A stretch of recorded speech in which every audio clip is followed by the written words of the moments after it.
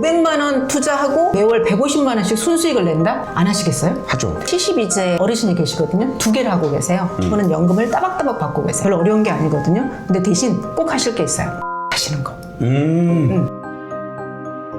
안녕하세요. 네, 오늘은 일반 소규모 숙박업 에어비앤비라는 걸 하시는 저희 대표님 한번 모셔봤습니다. 안녕하세요. 열정무도입니다. 에어비앤비라는 개념을 모르시는 분들이 많기 때문에 간단하게 좀 설명해 주시겠어요? 쿠팡 같은 거예요. 쿠팡에서는 물건을 사시죠. 근데 에어비앤비에서는 실제 숙박을 파는 거예요. 1억 명이 사용하고 있는 실제 플랫폼으로 보시면 돼요. 소규모로 민박집을 하는 건데 그걸 홍보해주는 업체 이름이 에어비앤비인 거죠? 실제 예약도 가능하고 결제까지 다 해주는 거예요. 내가 어떤 공간을 사람들한테 빌려줄 때 돈을 받고 빌려줘도 되나? 뭐 이런 생각을 하거든요. 그게 실제로 가능한가요? 저희는 숙박업이 아니라 민박업을 하는 거거든요. 집 있으시죠? 네. 주택이 있으시죠? 주택에 방이 있으시죠? 네. 방이 한 개만 있어도 할 수 있는 게 에어비앤비예요. 그럼 내가 이제 혼자 살아요. 그럼 방 2개가 남으면 네. 그 방 2개를 빌려주고 돈을 받을 수 있어요? 맞아요. 아, 그게 에어비앤비고 네. 에어비앤비에서 돈도 받아주고 네. 대표님은 어떤 식으로 확장을 하셔갖고 아까 말씀하신 만큼 버신 건가요? 제가 에어비앤비를 너무 좋아하는 게 에어비앤비는 투자금이 너무 적어요. 월세로 구합니다. 다른 집을 주택을 월세만 내고 그냥 숙박업으로 꾸며서 하는 거예요. 외국인들이 실제 한국으로 오고 싶은데 호텔 말고 잘 곳이 없잖아요. 에어비앤비 플랫폼을 통해서 제 숙소로 볼 수 있는 거죠. 일반적으로 우리가 사는 모습을 되게 보고 싶어하는 외국인들이 되게 많아요. 한국의 숨은 맛집 그리고 거리 이런 데를 걸어보고 싶잖아요. 파전도 먹어보고 싶고 일반인이 사는 집을 꼭 들어오고 싶은 거거든요. 내가 만약에 유럽으로 여행을 가면 호텔이 아니라 옛날 건축 양식의 집 맞아요. 그런 집에 들어가서 네. 하루 이틀 묵어보는 네, 맞아요. 아. 정확히 이해하셨어요. K-팝이 또 캐대언이라는 그런 부분들을 경험하기 위해서 캐대언 때문에도 오시는 분들이 정말 많아지셨어요. 그럼 제가 오늘 월세방을 하나 구해요. 서울에 에어비앤비 그냥 올려야지? 네. 하면 되나요? 실질적으로 외국인들이 와서 안전하게 머물다 가야 되잖아요. 그래서 최소한의 소방법과 안전에 대한 부분들을 승인받는 절차는 있어요. 근데 그게 복잡하진 않아요. 주택이면 돼요. 대신 원룸은 안 돼요. 아. 왜냐하면 방문이 있어야지 저도 하나 자고 고객도 잘 거 아니에요. 푸름 이상 주택만 있으면 무엇이든지 할 수 있어요. 내가 살고 있는 곳에 사람을 들이는 거구나. 맞아요. 같이 잘 수는 없잖아요. 그래서 최소한의 방문이 2개 있는 푸름 이상의 집이면 무조건 가능해요. 그럼 제가 반지하 방을 하나 구해서 에어비앤비에 올리면 돈이 되나요? 바로 망하죠. 근데 외국인들이 유명한 곳을 가잖아요. 저희가 일본에 가면 신주쿠를 가듯이 한국에 오면 서울에 오면 어디로 갈까요? 어디로 가실 것 같으세요? 서울에 오면 홍대 가거나 아니면 뭐 남산타워 있는 데 갈 것 같아요. 그렇죠. 예. 그런 거 근처가 잘 되는 거죠. 그러면 대표님은 그 월세를 하나하나 다 계약으로 늘려가면서 거기를 꾸며서 외국인들에게 손님을 받고 네. 예, 수익을 창출하고 계시는 거군요. 맞습니다. 제가 되게 빠르게 늘릴 수 있었어요. 왜냐하면 방법을 한 번만 알면 두 번째, 세 번째는 너무 수월한 거예요. 에어비앤비는 알고 하면 한 개는 안 하세요. 2개, 3개, 10개까지 늘리는 분들 정말 많으세요. 가성비 사업이니까. 이걸 등록하는 절차나 월세를 구하는 것까지는 대부분 금방 할 거예요. 근데 꾸미는 것도 어찌저찌 가구 좀 뭐 당근에 사다가 할 수 있어. 이게 과연 합법인지 아니면 돈은 어떻게 받아야 되는지 세금은 뭐 어떻게 해야 되는지 이런 것들이 진입 장벽이거든요. 쉽다 어렵다 중에 별점으로 몇 점 정도? 저는 삼적 간의 정보와 지식과 방법만 알면 난이도 어렵지 않아요. 한 번 알고 나면 두 번째, 세 번째는 누군가한테 뭔가 도움을 받지 않아도 할 수 있을 만큼 근데 저는 제대로는 하셨으면 좋겠다. 기본적으로 150에서 200만 원의 순수익이 생기는 업이거든요. 그러려면 제대로 했으면 좋겠어요. 제가 이제 월세방을 하나 구해요. 그 월세를 제가 100만 원에 구했어요. 그 방을 이쁘게 꾸며요. 네. 하루 빌리는데 15만 원씩 받아요. 한 달에 만약에 풀로 빌렸을 때는 한 450 정도, 20일 정도 빌렸을 때는 한 300 정도. 그러면 월세를 뺀 나머지 금액이 수익으로 저한테 잡히는 거죠. 거기서 일정의 전기세라든가 수도세 이런 것들 들 거잖아요. 본인이 청소를 직접 한 비용이 안 들고 매니저를 써서 청소를 위탁하게 되면 청소비와 실질적으로 전기세, 수도세 약간의 먹을 것도 줘야 될 거 아니에요. 실질적으로는 한 50에서 100 빼면 나머지는 순수익. 450을 벌었다. 그럼 100만 원의 월세를 빼고 운영비 50을 빼면 300이 순수익이 되는 거예요. 세금 전. 그럼 여행 가실 때 며칠 가세요? 하루 가시나요? 적어도 3일, 5일, 7일, 15일 이렇게 가시잖아요. 에어비앤비의 가장 큰 장점은 올 때 장기로 오는 거예요. 더 좋은 건 에어비앤비는 뭐냐면 예약을 지금 들어오는 게 아니에요. 2년 후도 들어오고 최소 6개월부터 예약이 쭉 들어오는 거예요. 120건 예약이 이미 차 있어요. 그래서 매출이 이미 확보되어 있는 거예요.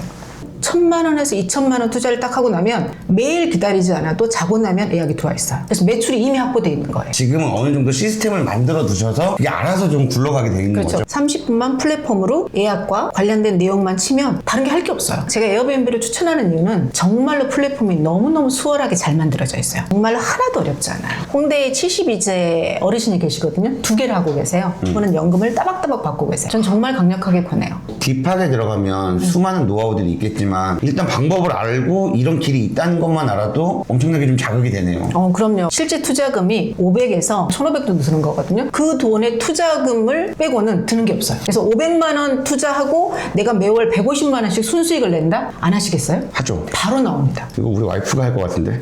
근데 영상 보고 그냥 무턱대고 하실 분도 있단 말이에요. 이런 식으로 하면 망한다 한 3가지 정도만? 첫 번째는 아무데나 하면 안 된다. 그리고 두 번째는 멋지게 가성비 있게 꾸미셔라. 굳이 내 숙소를 찾아오게 만드셔라. 대충 꾸며놓는다. 안 옵니다. 그리고 세 번째, 청결. 가서 자는 곳이잖아요. 그런 게 있었어요. 한국의 유튜브 중에 시트를 바꾸지 않는 거, 노하우를 알려주는 그런 영상이 있었거든요. 돈 아끼려고? 예, 정말 부끄러웠어요. 내가 만약에 해외여행을 갔을 때 가장 바라는 것인 것 같아요. 파리를 가면 에펠탑을 보고 싶은데 분석이 가장 좋은 곳. 이 숙소 자체의 디자인이 어디 그지 같은데 뭐 지새끼 나오는데는 안 되지 않겠습니까? 눕기도 싫은 숙소가 있거든요. 에어비앤비에서 가장 크게 가지고 있는 사명은 저는 민간 외교관이라고 생각해요. 제가 맞이하는 게스트가 행복하게 이 집에서 자고 느끼고 그리고 한국을 좋은 이미지로 갖고 떠났으면 좋겠거든요. 저는 그 마인드만 있으면 청결은 너무 자연스럽게 넣을 거라 생각해요. 눈앞에 내가 시트를 안 갈아서 2만 원, 3만 원 더 버는 것. 맞아. 그리고 여기 이제 인테리어 가구 좀 꾸진 거 써서 한 10만 원, 20만 원 덜 적게 투자한 거 가지고 돈을 꽤나 많이 내가 세이브했다고 생각하시는 분들은 수명이 짧아요. 에어비앤비 철학도 그렇고요. 전 세계 누구나 내 집처럼 편안하게 숙소를 찾아라라는 게 창업자 브라이언 체스키의 진짜 사명이고 철학이고 멋들어진 게 아니라 실제 기본과 원칙에 준해서 숙소를 세팅하고 뭐 저렴하더라도 쇼파가 있었으면 좋겠고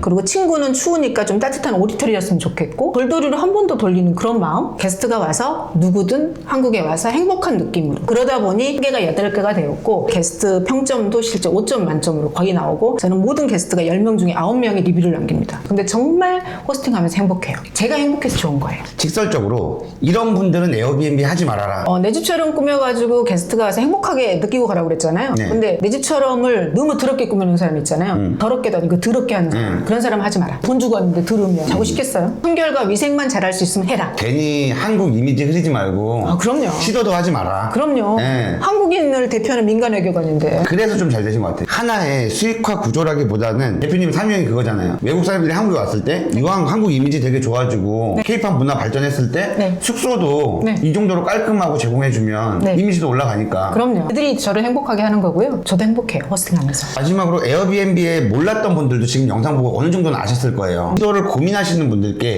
간략하게 조언 한번 해주신다면.